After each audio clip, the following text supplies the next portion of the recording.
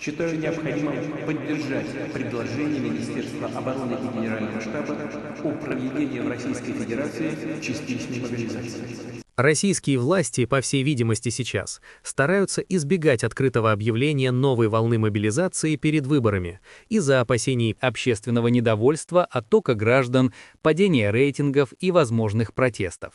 Однако, теперь в обществе снова нарастает напряжение, так как каждый день все больше признаков указывает на то, что процесс принудительного пополнения армии уже идет, просто в иной, менее публичной форме, чем в 2022 году.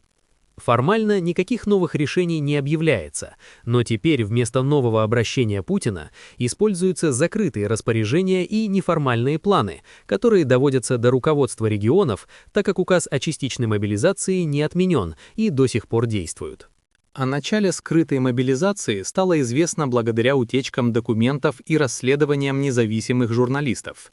Одним из первых подтверждений такой практики стал документ из Рязанской области. Он рассматривается экспертами не как единичный случай, а как возможный шаблон, действующий для всей страны. В распоряжении фактически вводятся обязательные квоты для бизнеса на отправку сотрудников на контрактную службу.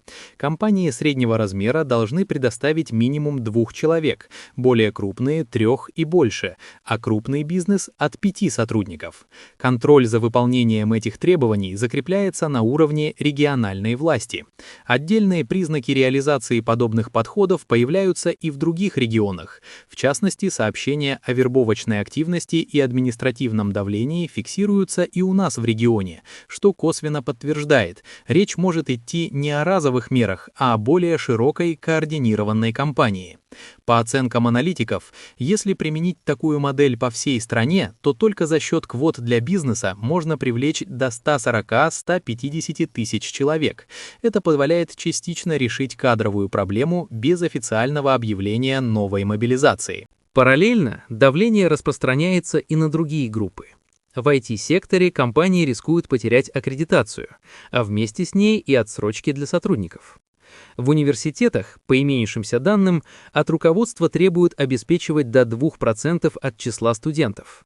При этом молодежь активно привлекают обещаниями высоких выплат и сравнительно безопасных ролей, например, в беспилотных подразделениях со сроком контракта на 1 год.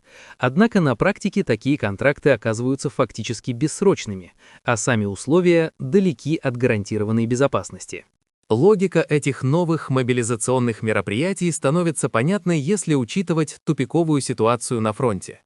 Поток добровольцев постепенно снижается, в то время как потери остаются значительными.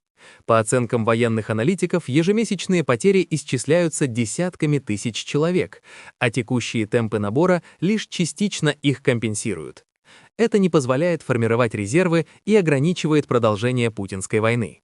При этом официальные лица, такие как Дмитрий Песков и Дмитрий Медведев, продолжают отрицать саму необходимость новой мобилизации, хотя все их заявления почти всегда не соответствуют происходящему в стране. В то же время в Госдуме уже начали прогревать общественное восприятие к будущим непопулярным решениям. Так, депутат Александр Бородай прямо заявил, что мобилизация необходима.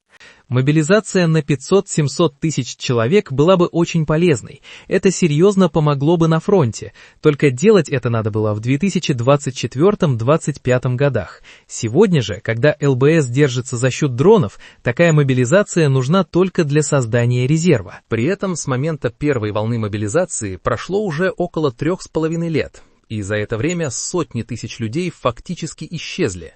Государство не считает нужным объяснить, куда делись эти 300 тысяч мужчин, принудительно отправленных на войну.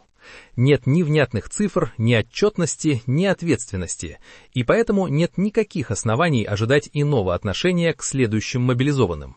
Просто людей снова хотят использовать как расходный материал.